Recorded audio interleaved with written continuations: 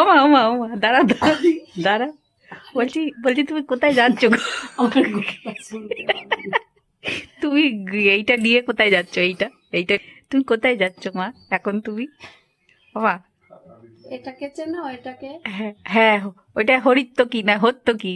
হর্তুকি। হ্যাঁ এই হর্তুকিটা হ্যাঁ, এই দাটার উপরে ঘষবে। হ্যাঁ, আচ্ছা।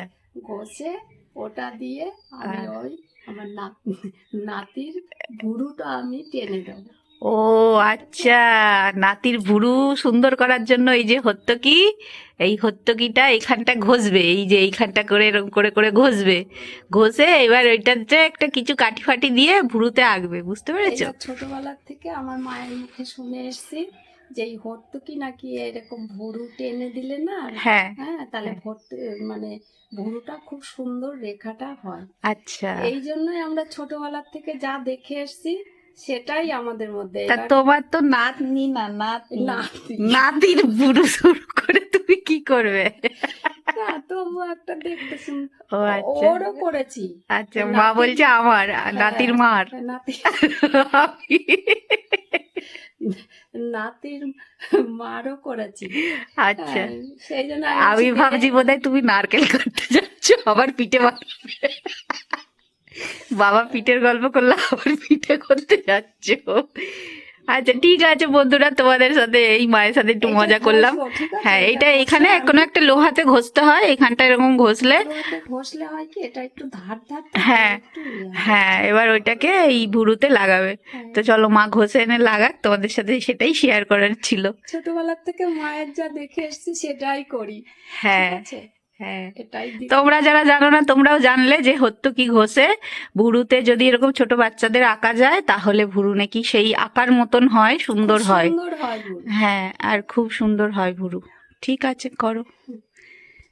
Hello friends, welcome back to our channel. আমার ছোট্ট আশা, এই চ্যানেলে তোমাদের সকলকে অনেক স্বাগত জানাচ্ছি।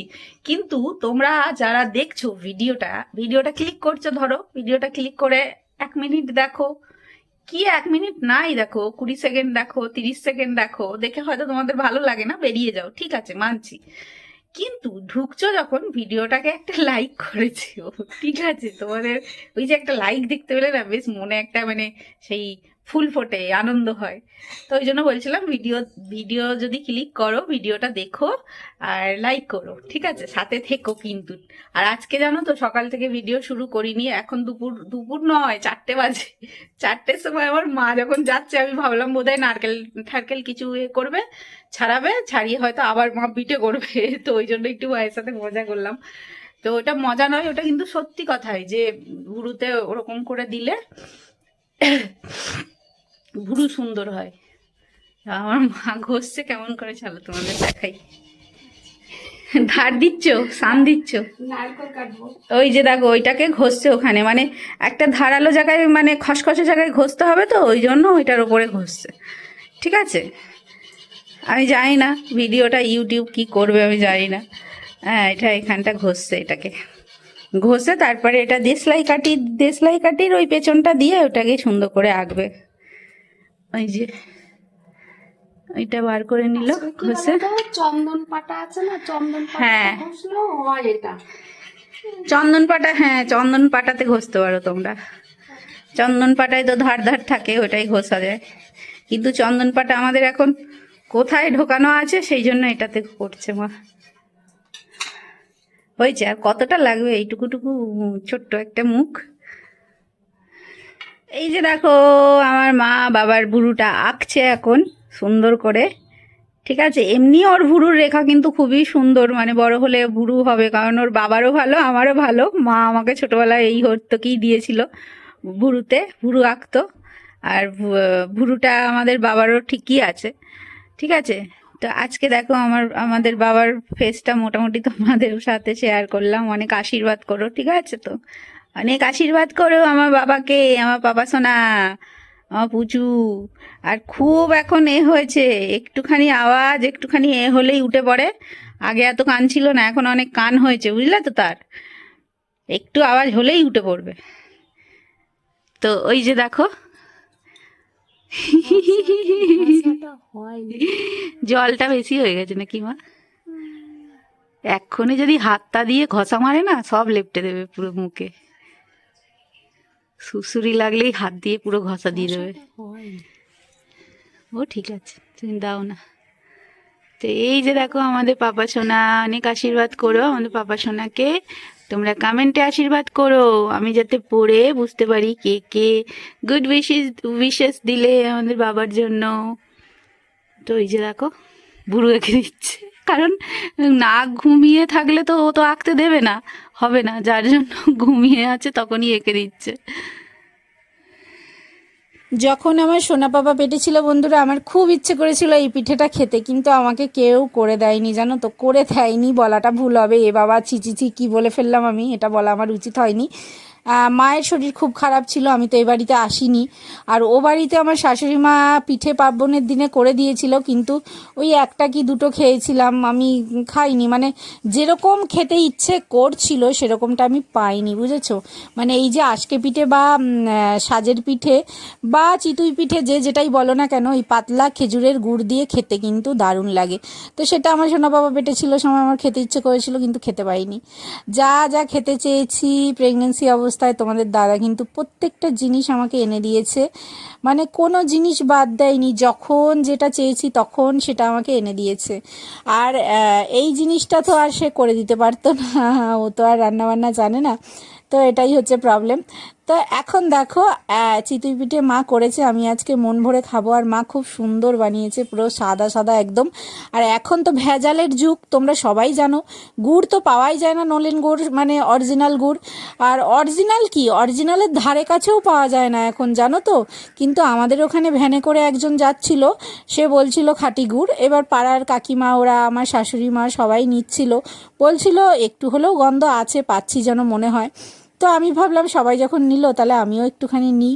তো তখন গুড় নিয়েছিলাম, নিয়ে তারপরে সেটাকে আমি ফ্রিজে রেখে দিয়েছিলাম, খাওয়ার হয়নি, বানানোও হয়নি।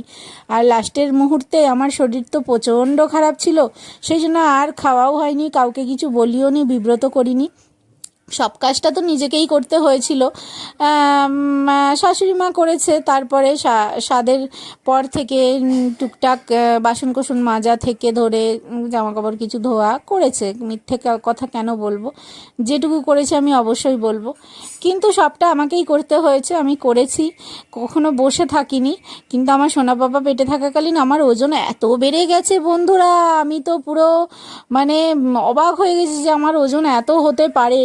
ডক্টর তো এখন বলছে তাড়াতাড়ি ওজন কমাও, তাড়াতাড়ি ওজন কমাও। আচ্ছা বলো তো, এই সময় সারা শরীরের হাড্ডি গুড্ডি সব ব্যথা গো, কী করে আমি ওজনটা কমাবো, এক্সারসাইজটা করবো বলো তো। মানে পেটের ভুঁড়িটা যেন, পেটটা মনে হচ্ছে যেন ফুটবলের মতো টাইট হয়ে আছে, একটা যেন সেই রাবারের মতো যেমন হয় না, সেই রাবারের মতো হয়ে আছে। মানে টিপে ছেড়ে দিলে না যেন সেই স্ট্রেচেবলের মতো হয়ে আছে। তো সেটাকে কমাতে তো অবশ্যই হবে, ওজন বাড়লে তোমরা জানো শরীরে রোগ বাসা বাঁধে। তো ডক্টর আমাকে ইমিডিয়েট বলেছে তুমি ওজন কমাও। খাওয়া তো কমাতে পারছি না, ডায়েট করলে এদিকে তো আমার সোনা পাপার দুধ পাবে না, সেটারও একটা সমস্যা আছে। তো সেসব নিয়ে আছি মোটামুটি, ভালো নেই। তো খাওয়া দাওয়াও খাচ্ছি মোটামুটি। আর দেখো মায়ের পিঠেগুলো কি সুন্দর হয়েছে। আমার মাকে যদি তোমরা এক মগ চা দাও, আমার মা সেটা 2 মিনিটে শেষ করে দেবে, গরম গরম, ঠিক আছে। এই যে দেখো 1 গ্লাস চা আমার মা শেষ করে দিয়েছে। আর এই যে আমার চা এখনো আমি খাইনি, আমিও গরম গরম খাই, কিন্তু ওই মার মতো ওরকম খাই না। আর এইগুলো হচ্ছে সুগার ফ্রি বিস্কিট, যেটা আমার বাবা খেতে চায় না, তো চা বিস্কিট খাবো সন্ধেবেলা এখন। শুভ সন্ধ্যা। আর এই যে আমার পুচুটা ঘুমোচ্ছে, মাঝে মাঝে কেঁদে কেঁদে উঠছে, ওর আর কাজ কি, ওর এটাই কাজ। তো চলো চা খেয়ে নি। মা কিছু বলবে? আমার মায়ের শরীরটা খুব খারাপ গো। আর এই দেখো ছাদ থেকে জামা কাপড় সব তুলে এনেছি, এগুলো ভুর করা রয়েছে, এগুলো ভাঁজ করতে হবে। তারপরে হচ্ছে আমার মা সন্ধে দেবে। চা খেলাম, চা খেলাম।